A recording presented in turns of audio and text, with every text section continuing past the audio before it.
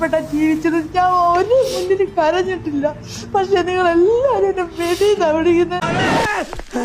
ഗുണ്ടയുടെ വെടിയേറ്റ് നെഞ്ചാങ്കൂട് തകർന്നിരിക്കുമ്പോഴാ ഒടുക്കത്തൊരു വിളി. ഞാൻ എത്ര കഷ്ടപ്പെട്ട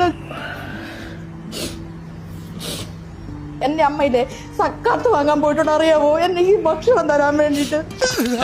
എന്താ സംഭവം? അറിയില്ല, ഞാനിപ്പോ എത്തിയുള്ളൂ. ഇന്നും കിട്ടിയില്ലേ? കിട്ടി. എന്തായിരുന്നു വിഷയം? തട്ടുകടയിലെ പ്രണയലീല. ഓ ഗുഡ്. ഈ കിട്ടുന്നതിലേക്ക് എനിക്ക് സന്തോഷമേ ഉള്ളൂ. വീടിന്റെ അടുത്തുള്ള ആളുകളടുത്ത് സക്കാത്ത് പോയി വാങ്ങിയിട്ട് എനിക്ക് പഴയ ഫുഡ് തന്നിട്ടുണ്ട്. എന്താ എന്താ ഇവിടെ? ഞാൻ ഈ സ്ത്രീയെ ആദ്യമായി കാണുന്നത് തന്നെ ഏതാനും ദിവസങ്ങൾക്ക് മുൻപാണ്.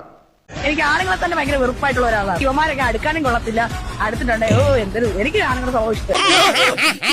നീ ഒന്നും പണയണ്ട. കൃഷി തോന്നി. ഞാൻ എന്ത് ചെയ്തു?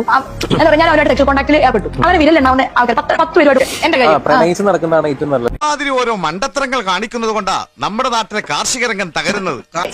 എന്റെ അച്ഛൻ എന്ന് പറഞ്ഞാൽ ഒരു വിവാഹ തട്ടിപ്പുകാരനായിരുന്നു. അത് കുറേ വിവാഹം കഴിച്ചിട്ടുണ്ട്. 10, 12, 20 വിവാഹം കഴിച്ചിട്ടുണ്ട്. അതിപ്പോ എന്റെ കുറ്റം കൊണ്ടല്ല.